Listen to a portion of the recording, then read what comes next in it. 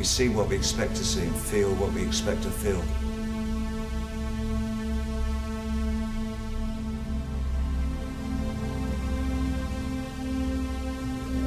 And if we expect to be afraid, then we will be afraid. That's a fool's game. If you live your life in anticipation of doom, in the certainty of it,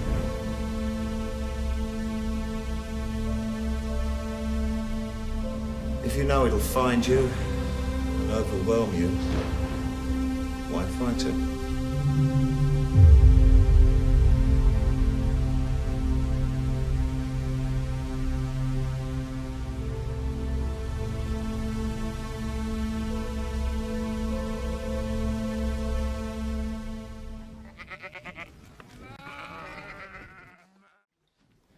Good evening.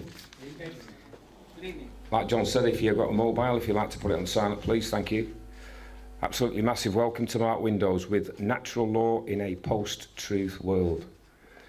Mark runs all the W's windowsontheworld.net, where he airs his popular shows between 9 and 11 on Sundays.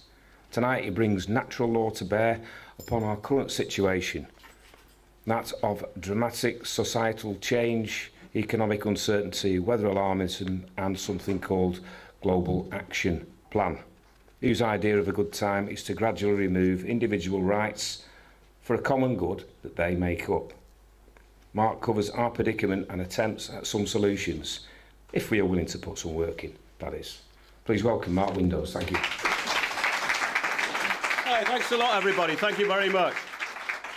We've been going around the country with this series of talks called The Bigger Picture, which we actually brought here. And the whole thing about it is it's evolving all the time.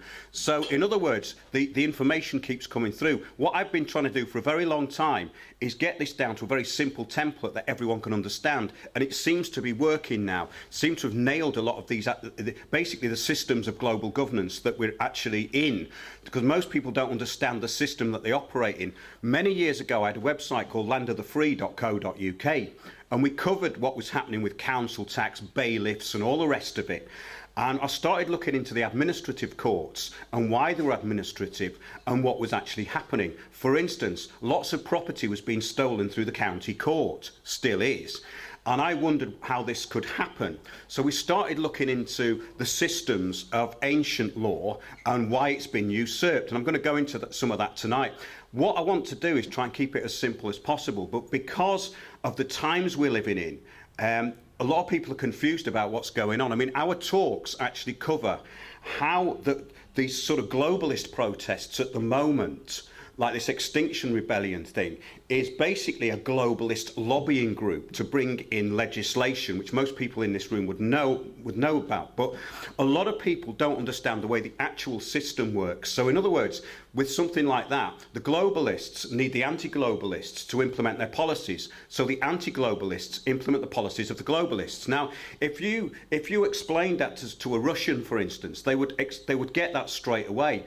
But in this country, people go, well, no, they're protesting against climate change. In actual fact, they're not. That's a diversion. That's what they think they're protesting about. So, in a way, the law and everything that we're up against in our daily lives works in a very similar way. In other words, there's a lot of confusion about what we're actually dealing with. And when I started looking into the systems of law and what was happening in the courts, now, this is interesting because on a very high up level, most of the High Court judges know that fraud is happening in the county court, for instance. Now, I suppose I better explain this, really. That what happened was the Child Support Agency years ago started stealing property through the county court. By stealing it, what I meant was basically that they would issue county court paperwork for a debt. They would create a debt, let's say £50,000, and put a lien on the property or steal the property through the county court. Now, a lot of people said that's not possible. Well, in the ideal world, in an ideal system of law, it's not possible. But it's possible because of the administrative system that we live under, where assumptions are made. So in other words, when I went to the Royal Courts of Justice, when someone's house was being stolen for a debt of about £2,000 and had gone with a firm of solicitors. So what these firms of solicitors do is work with debt collection companies or agencies or even private insolvency companies. And they basically go to the county court, and that paperwork is generated within the courts. So this is why people have these private bailiffs turning up on their doorstep with what they're calling a warrant. It's not. It's been printed within the court. The order's been printed by the court, by staff within the court, and then it's been issued to a company who said, we now have a warrant. Well, they don't. But when I looked into why this was, there's certain laws that facilitate it. For instance, things like this, the Farley ruling, Lord Farley of Birkenhead, he said that an order made in a magistrate's court, for instance, cannot be challenged by the court. Well, if it can't be challenged by the court, that's opening the door for financial fraud. And some of the things I'm going to talk about tonight are about financial fraud. There's a great quote from a writer who used to sit about reading the papers all day in the 1930s in America. His name was Charles Fort. And one of his quotes is, "The earth is a farm, we are someone else's property." Now, the assumption in this system is that we are property, and property can be conveyed between interested parties. So when people go into, say, an administrative court, then they are property. And there was a movement in this country years ago called the Free Man on the Land movement, where we learned a lot from that because it incorporated us as a person. And a person is not a living being, but we're going to get onto that. And I don't want to spend too much time on it because it's, in a way, it's not that relevant. It's a big revelation to start with, but ultimately, within the system and what it is, it's not that relevant. So basically, divine beings are not property. So there's a part of you that's divine, which can never be property. And once you're aware of that, a lot of the actual problems will start to slip away mentally, because a lot of this is fear-based. It's all about fear. So in other words, people are put in fear of being in debt. They're frightened of debts. I mean, I remember when I started doing the council tax rebellion, and also a few other people did it, and I got driven to the point of bankruptcy, and I thought, well, they actually mean it, and they'll not only do it, but they'll steal me house. And I thought, well, there's got to be a way around this. And it's a part of the way around it is understanding the way the system works, and that basically it's not personal, it's like a business plan that's going on. So persons are property and things are property, and property can be conveyed between interested parties, and blood bonds are black magic. Now that takes us on to the birth certificate. And the birth certificate is incredibly important in this, because when you're incorporated at birth, basically you're incorporated as a person, as the birth certificate can be transferred. So in other words, there was this kind of concept, and it means that on your birth certificate is a number, and that number is allegedly traded on the international stock market. Now, people were thinking this was a big deal, but in actual fact it's not, because the GDP of the country is about the people, really. So it doesn't really make that much difference. But what I can tell you about all that, because some people are interested in this, is that I went on to Fidelity Investments in America as a trader, and I put my name and date of birth into mutual fund, and I got a bond number, and a QSIP number came up, which means that my name is being traded. And a friend of mine put hers in. We're both born in the same year, and hers came up as well, but a different bond. So I had a bond number 429 and a QSIP number, and it was Maryland Income Fund. And somebody told me, who I used to speak to quite a lot, a fellow called Franco Collins in Australia.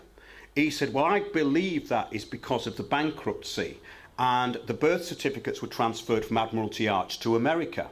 Now, the reason I'm going into all this is because it's part of a system of administration, and as I said, I don't want to dwell on it for too long.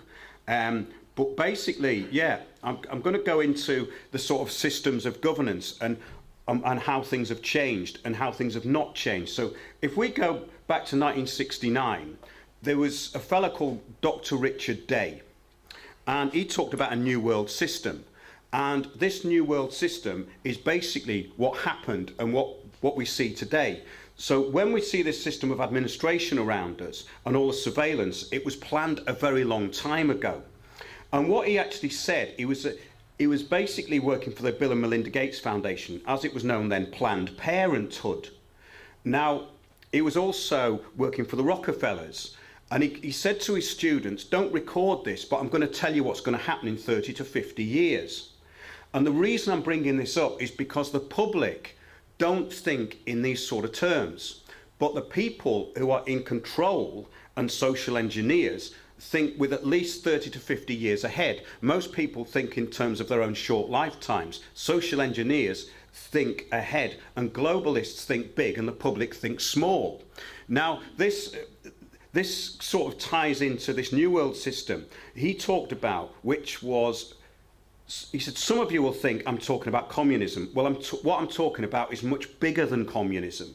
So in other words, we're talking about a system here that can't really be defined, and that's what we talk about in the bigger picture. So in other words, if I'm combining the sort of stuff that we talk about as governance and the stuff that happens in the courts, it's very, very similar.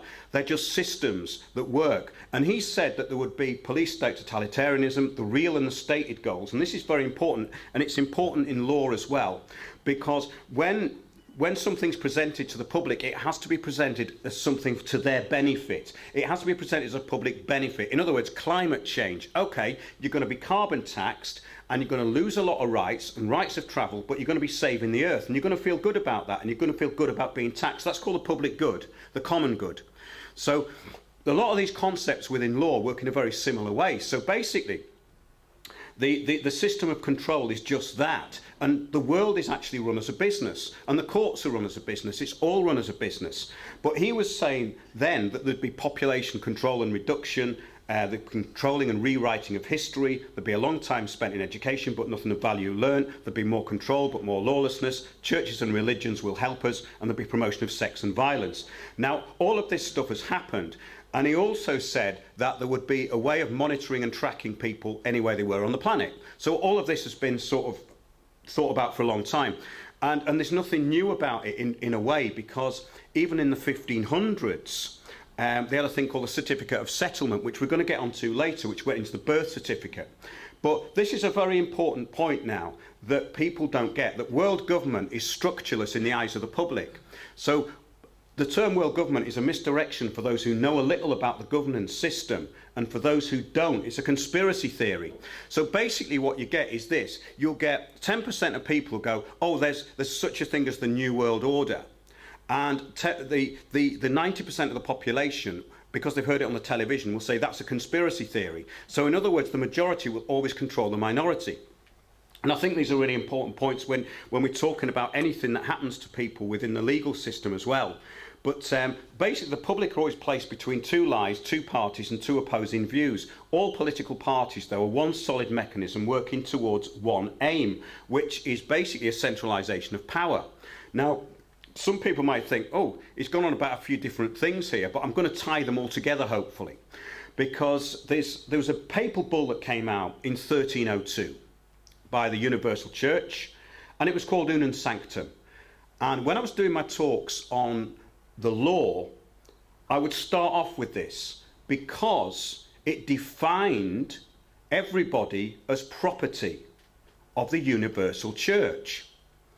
And it basically said that there was no salvation outside the Universal Church. Now, when we talk about what's happening now, it's no different, because the Global Action Plan, Agenda 2030, and this kind of system that Extinction Rebellion are unknowingly bringing in is the same thing, because the UN say no one will be left behind.